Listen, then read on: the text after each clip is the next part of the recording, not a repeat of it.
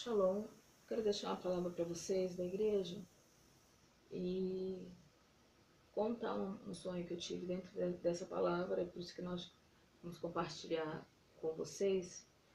2 Reis, capítulo 13, diz assim: Eliseu sofria de uma doença incurável e Jeoás, rei de Israel, foi visitá-lo.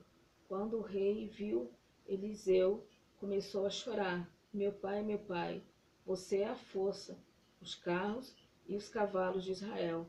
Eliseu disse: vá buscar um arco e algumas flechas. O rei trouxe o arco e as flechas.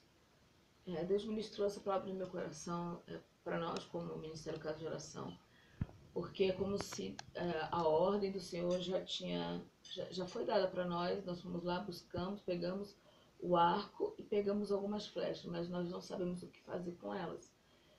Eliseu orientou o rei, falou com o rei, mas a atitude do rei não gerou o resultado que era esperado. E eu tive um sonho essa madrugada que eu sei que é para nós como igreja. O sonho é que nós chegávamos, éramos em 3, e nós chegávamos perto do colégio ali da CUPC, não sei o nome, perto da Igreja Batista. E quando nós chegávamos ali, eu já chegava chorando muito por ver a igreja do Brasil da forma que está. Eu sei que só tinha cadáveres mesmo dentro da igreja. Eles estavam vivos, mas agindo como mortos. E quando eu chegava naquela esquina ali, onde tem a madeireira, tinha um carro, uma carroça antiga, como no tempo medieval. E essa carroça estava cheia de arroz, mas é muito arroz. E aí veio um senhor e começou a conversar comigo. Eu falava para ele assim: meu Deus, onde você tirou tanto arroz, né? Abriu um saco de arroz, colocou dentro do carro. Ele falou assim: não, acabei de colher. E eu olhava para um lado, eu olhava para o outro e não via. Não tinha lugar que ele pudesse colher aquele arroz. E ele vinha com um feixe de arroz, como se fosse uma galha, né? Um galinho de arroz, mas empenhado. E ele falava assim: ó, é para você entender que o arroz ainda está verde. E esse arroz é duplo. Vem 2 arroz em cada varinha dessa. E ele me mostrava e falou assim: meu Deus, nunca vi assim. E ele falava assim: eu quero abraçar você como se estivesse abraçando a minha igreja. Diz para minha igreja que o carro já está repleto da colheita. E aí eu fui estudar esse sonho. E estava dizendo exatamente isso. Quando ele me deu o abraço, ele me entregou esse arroz ainda verde e falou para que eu fechasse as mãos para que ele secasse. Eu não entendi, né? E falasse para algumas pessoas. Quando eu vim estudar esse episódio, esse sonho, diz que a colheita de arroz ela é feita com cutelo. E conforme o jeito que eles pegam o arroz, ele pega o arroz e corta com o cutelo e joga, coloca um maço em cima do outro, vai colocando. E às vezes isso tem que ser feito tudo num dia só, mas algumas pessoas fazem etapas, em 2 dias no máximo, porque não pode chover.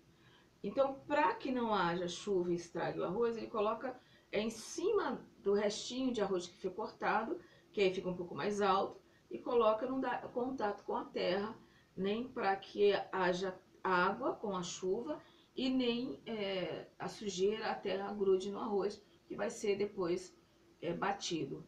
No dia seguinte eles voltam, limpam uma área que já foi cortada o arroz e frisa novamente que o cutelo tem que estar muito bem afiado. E aí eles colocam um lençol imenso e põem uma mesa no meio. Essa mesa são várias madeirinhas separadas. E aí eles vêm com cada feixe, juntam os feixes, amarram, precisa de um lenço ou um pano branco ou uma corda, mas a maioria são lenços brancos, amarram e eles batem em cima assim da mesa e o arroz bom vai caindo no pano. E eles têm que ter o cuidado antes de colocar aquelas palhas por baixo daquele pano para que não haja umidade. Porque se molhar, se estiver úmido e quando eles forem ensacar, mofa todo o outro arroz. E aí o rapaz pergunta, mas e o arroz verde? E o que você faz? Porque nem todos estão muito bons, tem um seco. E ele falou assim, não, o arroz quando está para madurar, ele fica meio verde e meio maduro. Então ele não tem problema, é esse arroz que faz amadurecer, chegar a fermentar o arroz para chegar naquele ponto, no ponto necessário para que se faça de novo o processo da limpeza. E eu falei assim, meu Deus, que coisa, né? Que isso tem a ver com a nossa igreja? Depois eles vêm, limpa com uma vassoura, uma vassoura improvisada lá com matos mesmo, em saco, e deixa por dias ali secando para que não haja umidade. E o interessante é que eu percebi duas coisas. São três perigos que existem. O arroz mofar de um dia para o outro, cobras se alojarem embaixo desses feixes de arroz e a colheita ser mal feita, porque quando pega, bate, tem que bater assim várias vezes, para ele mesmo soltar, para que não haja palha no meio e interfira no processo. E esses três pontos eu li lendo esse texto, é exatamente o que Eliseu fala. Primeiro você vai lá e pega o arco e pega algumas flechas. É assim que Deus está tratando na nossa igreja. Então, quando Deus falou comigo essa noite sobre esse arroz, esse carrinho de arroz, que eu nunca vi, nunca prestei atenção, né? Que a gente vê trigo, a gente acha que é igualzinho assim, mas não é.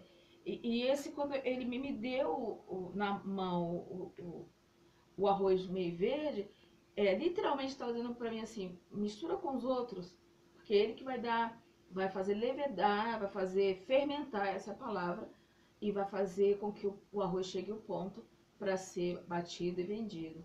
Então, assim, é um tempo da igreja. Deus falava para mim que era o tempo da igreja. Deus já está fazendo a colheita e nós não estamos entendendo esse processo. E não estou falando isso nem por causa dessa pandemia que está acontecendo. Estou falando isso por causa do nosso coração, por causa do coração do pastor, o coração do levita, o coração daquele que adora. O coração é como se a igreja primitiva fosse esquecida e parece que só existe essa igreja agora, essa igreja presente. E na verdade não é isso.